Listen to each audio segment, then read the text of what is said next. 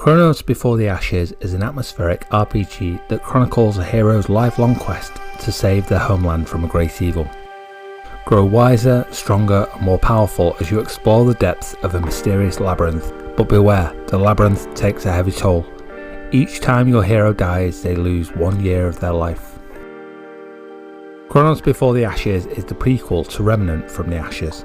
The game was originally released exclusively on Oculus Rift and was named Game Informer's VR Game of the Year.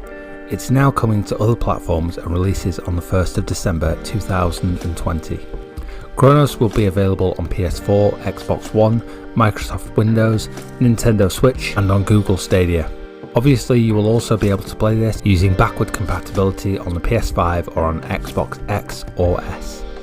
So okay, VR Game of the Year. Sounds impressive, but not to take anything away from the game, the level of competition for VR games isn't as steep as other platforms. So how does it hold up now that it's been recreated for those? Has it ported well? Does the combat translate well? In this game review we will cover the basics of the story and the game world setting. We'll cover the gameplay loop, the combat and mechanics, and some other bits and pieces, such as the audio and graphics, along with the feel of the game. If you want to see a more informal gameplay showcase where I navigate some of the earlier parts of the game, there will be a link at the end. Additionally, I've created a tips video to help get you started. I've avoided any major spoilers in both of those videos. If you enjoyed the video or find it useful, please take a moment to like and comment if you don't mind. It makes a huge difference in how the channel grows. Full disclaimer before we get into the details, THQ Nordic very kindly gave me a copy of Chronos so that I could get these videos out early for you. That said, they have not placed any restrictions on me in terms of what I say about the game, so any opinions here are all my own. So Chronos is technically a prequel to Remnant from the Ashes. The events of Chronos take place 1 month before the start of Remnant from the Ashes story. Players familiar with Remnant will recognise locations, characters and events referenced in that game, so from a story and lore perspective, some fans may well find a lot of value simply from that fact. The game does not tell you much of a story in the way of narrative. It will give you a brief introduction to the game, that you have to go and fight through a world and destroy a dragon, but you won't be told much of why or how this came to be. After that you're pretty much on your own. You will discover more elements of the story by exploring the world, reading books littered around, and observing the history yourself. It's actually pretty intriguing to be honest, but I won't say much more about the story setting in case I ruined something for you. I personally found it pretty interesting and it made me want to read all the books I stumbled across to find out more about what was going on. When you first start the game you will be dumped in what looked like an abandoned science lab. My first impression of the game honestly wasn't that good. The game surprised me though in a huge way, but I'll get to that. From a gameplay perspective, it's a bit slow to start, and you'll spend your first 15 minutes or so investigating around the starter area with little to no combat. But, and I'll touch on the audio here, the game is very atmospheric.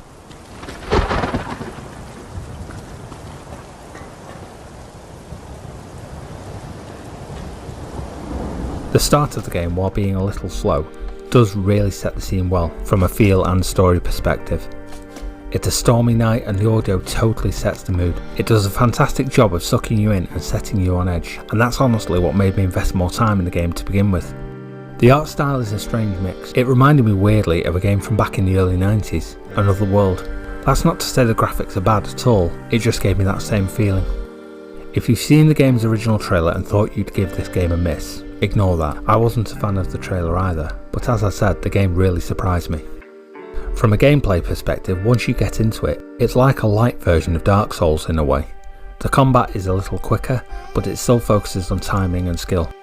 You can evade, dodge roll, parry, block and counter. It's very much a melee based RPG, there is no range combat. There is a magical element to the gameplay which becomes more prevalent as you make progress through the game. The combat itself, to me at least, gets better and better as you progress through the game. Initially, again, it didn't really make the best impression on me to begin with, but as I found myself fighting a few enemies at once or combating some of the bosses in the game, the combat does hold up well. The bosses have various mechanics and more than one phase which changes things up for you mid-fight. You won't be given the opportunity to create your own character, but you will be able to level him up and select from different weapons you find around the world, which changes up your combat moveset. You can fast travel as you begin unlocking porting stones around the world. These act a little bit like bonfires from Dark Souls, but interacting with them won't heal you up or bring any of your vanquished enemies back to life. It's simply a means of transportation. Enemies will come back to life though when you die. you'll start back from the last porting stone you interacted with. The enemies don't drop weapons, you have to find those for yourself, often by solving puzzles. You'll also have to find any magical items you want to use. Once you do, you'll be able to start putting your build together. The leveling process will give you the option to choose to invest points in vitality, strength, agility or arcane knowledge. This is nowhere near as complex as some games you might be more used to, but there is a twist. The most interesting part of the game is tied to what happens when you die. You won't lose any items that you need to go back and collect. Any shortcuts you've opened will still be open, and the items you have found will still be in your possession, but you lose a year of your life. This means that the number of attempts you have is limited. The game starts with you at the age of 18, in the prime of life, full of potential strength and fitness, but each time you lose a life you come back 1 year later. The leveling process is really interesting in this regard. At first, placing ability points in Arcane will cost you more, up to 3 points per level to begin with. So for every point you want to add to your Arcane power, it will cost you extra because you're young. You're not wise enough yet, but building up your strength and agility or your vitality will be easy and cheap, again because you're young and fit. As you age, the balance begins to shift. It will begin to take you less points to boost your magical power because you're older, wiser and more attuned to the magic in the world. Whereas as you get older, boosting your strength and agility will begin to cost you more. You're not as young now as you used to be, and you have to slow it down, as we all do. When you hit the age of 20, you have a choice to unlock a passive ability and you get to choose from 3 of those. Then you'll get to do the same for every 10 years you age, which adds to your build and focus for how you progress as a character. The passive abilities also reflect your age, so where you might get a better parry window at the age of 20, your options at the age of 40 or 60 will be different to reflect how your age is affecting your abilities, for better and for worse. It's a really fascinating system and provides a lot more depth than you might initially expect when you are first given the option to level up and you only have 4 stats to invest your points into. In terms of the general gameplay, a lot of the focus is on puzzles in the game. You will meet with a lot of locked doors, or statues with missing pieces, or areas where at first you have no idea what to do. The game will also give you a number of surprising deaths too, unexpected traps or mechanics that you just didn't see coming.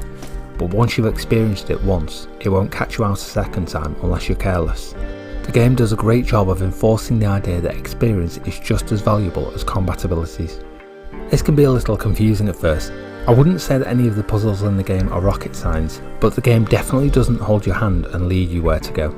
You can roam around at your leisure and sometimes you might find yourself unsure what to do next. In some parts of the game it will feel like you're walking a very linear path, but then suddenly you're given branching choices of where to explore, or you'll find an item that might be useful in the last area you visited, and could open out into a totally new area, or a weapon or item that might help you on your journey.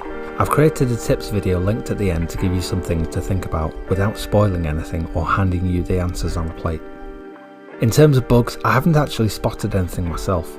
There were some comments when the game was first released back in 2016 that stated the game was only around 5 hours playtime if you played on adventure mode. I completely disagree with this. Solving the puzzles to allow you to progress alone will take at least 15 to 20 hours in my experience. If you want to unlock everything or try the game at a harder difficulty, then it will take more than this.